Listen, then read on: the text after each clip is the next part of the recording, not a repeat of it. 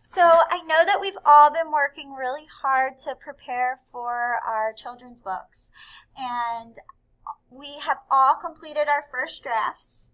Some of us might still need to do a little work with revision and editing, but I think a lot of us are ready to move on to the publishing step.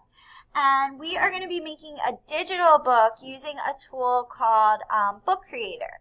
So when you log into PowerSchool and go to that Picture This page, you will see a message that says Creating Your ebook. And you can click on that link. Once you click on the link, it will ask you to sign in with Office 365, so it's super easy.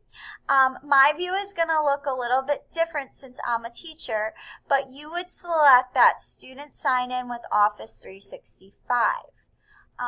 It will ask you to put in a class code.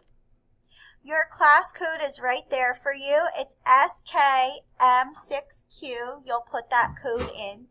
If you are somebody who is working with a group or with a partner, you will only need to create one book. Do not create multiple books, only one book. So once you're in, you're going to have the option to select a new book. And the page numbers are unlimited, and from there it's pretty easy to use. You can just click on it, and then it will give you some options for your cover. The part of the program that you really want to pay attention to is the plus sign. That's where you're going to be able to import images. So if you are somebody who is artistic and you want to draw your own illustrations, you can take some pictures and import them that way. You also can search. So if you just want to try to search Google Images and find an image, you can do that. If you're uploading something that you've created on your own, or you're taking some photographs from somewhere else, you just click on the files and upload it. I'm just going to pick out, here's a picture of me and my dog. Comes right up. Might be my cover.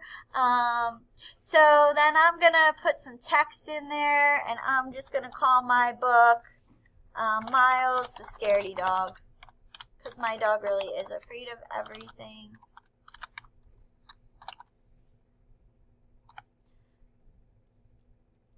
And then I'm done. I can put my title in. I can move it around. It's really easy to use.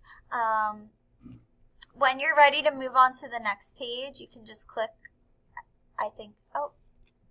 you just click plus and it'll let you add another page. A couple other cool features this program has. When you're done, you are able to record yourself reading your book aloud. So you can record it reading. That will be great for sharing for some of you who aren't going to Grenlock. But it's just a pretty easy program to use and play around with. So I think a lot of us will get there today.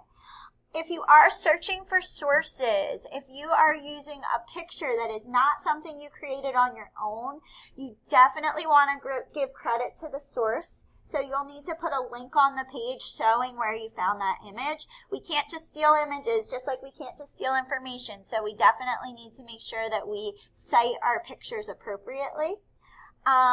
So that's pretty much the Book Creator app. I hope you guys will have fun using it.